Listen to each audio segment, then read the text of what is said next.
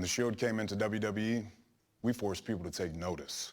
We were undefeated, and everyone who got in our way, they got knocked down. Then we faced Team Hell No. Kane and Daniel Bryan were like a freight train at this point. And until we arrived on the scene, it seemed like no one could stop them. But we were making the WWE our yard. We beat Team Hell No on Raw and at Extreme Rules, and proved we were up to the challenge. My first championship in WWE, and I got to share it with my brothers. What could be better than that? Randy Orton is everything you could want in a WWE superstar. The family lineage, the looks, and certainly the mind. After the Shield broke up, I went after Orton. Knowing the Viper helped turn Seth Rollins against us, I wanted to make Randy pay. But a big part of me knew Orton was going to be the biggest test, and I loved that challenge. Every time we competed against each other, Orton pushed me further than I'd been before.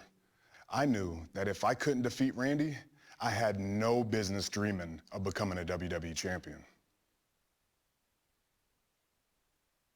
I'd already earned a trip to the WrestleMania 31 main event after I won the Royal Rumble match, but something didn't sit right with me. Daniel Bryan had been WWE champion, but had to relinquish the title because of an injury. In my mind, that meant Daniel still had a fair claim to his title, and I didn't feel like I deserved to compete for a championship unless I defeated him. I put my title shot on the line so that Daniel and I and the WWE Universe would know who really was the #1 contender. But if I'm being honest, I knew it was a risk. It was gonna take everything I ever learned to win against someone the caliber of Daniel Bryan. He's the world's largest athlete.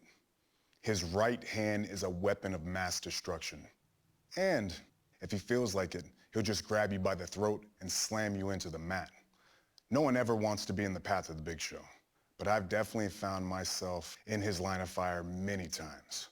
When someone like that is coming after you, you're basically fighting for your life, just looking to escape. I've been fortunate enough that whenever I've had to go up against Big Show, I've made it out in one piece. My body hurts just thinking about Big Show, honestly. But without him, I might not ever have developed that killer instinct. You need one when you share the ring with the Big Show. Bray Wyatt is a superstar who always finds a way to get in your business. He cost me my chance to be Mr. Money in the Bank and then won at Battleground. And no matter what I did to settle the score, Bray always found a way to get the upper hand, staying in my business that whole summer and claiming he was going to take out the chosen son of WWE. I had to take Bray to Hell in a Cell to get him to back off even a little bit. There's no one like Bray Wyatt. Just being around him throws you off your game. Without a doubt, he's the most twisted opponent I've ever battled. I've never met anyone like Sheamus. Someone who quite literally just wants to fight you. In the ring, outside the ring, in catering, at the airport, Sheamus is exactly what you see. He also, on a few occasions, got the better of me. Once taking my WWE championship. I hit Sheamus as hard as I could, and I swear he just smiled and hit me harder. Sure, when the smoke cleared, I had gotten my championship back, but I don't think anyone considers himself a winner after a rivalry with Sheamus. At best, you're a survivor. You don't need me to tell you about Triple H, the game, the King of Kings, the 15-time world champion. He's done it all in the ring. Well, except defeat me. And I'm proud of that. The biggest win Triple H can claim over me is when he won my championship by outlasting me in the 2016 Royal Rumble. But I got that back in a big way at WrestleMania 32. This man, probably more than any other, has always been a pain in the you-know-where. And anytime you step into the ring with Triple H, you know he's going to do anything he can to beat you. But he always learned, one way or another, that this dog's bite is far worse than his bark. Believe that. AJ Styles was well known before ever setting foot in WWE. He'd been around the world and won championships everywhere he went. Defending my WWE championship against him brought out something new in me. Everyone was talking about how he was going to be too much for me, that he'd be too good for me to deal with. And that excited me. Competing against AJ was as much a learning experience as it was a competition between two superstars who believed they were the best. And you know, AJ Styles always lives up to the hype. Rusev had taken WWE by storm. With Lana at his side, he was looking to crush everyone. His mix of strength and agility and his ability to both strike and grapple really threw everyone off. We battled over the United States Championship, and in each match, it felt like he took a piece of me with him. Even when I won. Rusev may like to have some fun with Rusev Day, but don't lose sight of the fact that Rusev is a bad, bad man. Looking back at my career, Braun Strowman might be the toughest challenge I ever faced single-handedly. No one ever manhandled the big dog the way the monster among men did. It seemed that everywhere I turned in 2017, Braun was there to throw me into something, under something, or through something. Eventually, we were able to come to an understanding and move on. While I'm not afraid of anyone, man, was I glad to get a break from Strowman. I'm sure we'll meet again, and I welcome it.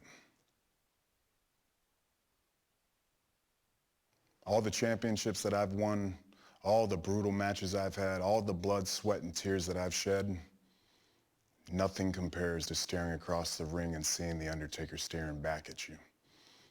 It's hard not to get caught up in the moment, but that's what he expects. The Undertaker lives forever in mind games. So if you want to defeat the dead man, you have to be mentally strong. We only got one chance to go head-to-head, and it was a classic. I respect The Undertaker and everything he's done. Sharing the ring with him is definitely something I will never forget.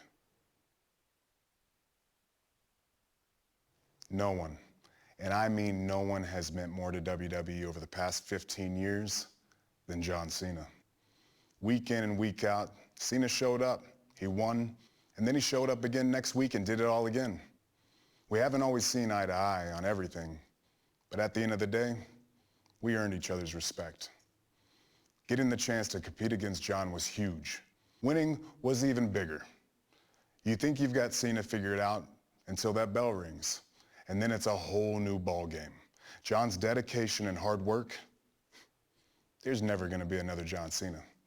Having his respect means quite a lot to me, and I hope we get the chance to battle again. The Miz is as crafty as they come, and his mouth is good at getting him into and out of trouble. Miz does a great job of making sure he'll be all right, no matter what the situation. He always has backup or an escape plan or a hidden trick. The Miz is the very definition of underhanded. What makes it worse, though, is that he's actually really, really good. When someone with his skills decides not to bother with the rules, you've got a dangerous man. We've traded the Intercontinental Championship, and I'd definitely like to cross paths with The Miz again. Something about his face makes me really want to punch it. Samoa Joe competed around the world for a long time, earning championships at each stop. And whether he wins or loses, as long as he hurts you, he's happy. That makes Joe a nightmare of an opponent, because you have to worry about him locking onto a hold a little too long or digging a finger into your eye. Anything, really. Joe walks around with a permanent chip on his shoulder, and the person he blames is the person across the ring. He's just a mean, nasty dude. Joe's an absolute beast. If I imagine my WWE career as a climb up a mountain, then Brock Lesnar is at the peak. When we met at WrestleMania 31, I thought I had him figured out and would take the WWE Championship. But Seth Rollins had other plans. 3 years later, I got another chance at Brock at WrestleMania. And again, I thought I had him. But again, fate intervened and Lesnar walked away with the title. Same thing at the Greatest Royal Rumble in 2018. So when I got another chance at SummerSlam that year, I wasn't gonna come up short again. Defeating Brock Lesnar wasn't just about taking that championship. It was about proving to him and to myself that I could overcome him and stand at the top of the mountain. To sum it up, without Brock Lesnar, there's no Roman Reigns. As much as I dislike him, I'm thankful for him too. From the moment Drew McIntyre returned to WWE, he was on a mission to make people realize what a force he was. And that led him to me. And he gave me quite the beating after my return to WWE. The man is quick, he hits hard, and he has that Scottish stand-up-for-yourself mentality. When you call yourself the big dog like I do, people are gonna come after you. Facing Drew got me excited. He knew taking me out would get him to the front of the line for any championship opportunity, and I knew that defeating him would make the WWE Universe realize that no matter what happens, I'm not even close to being done yet.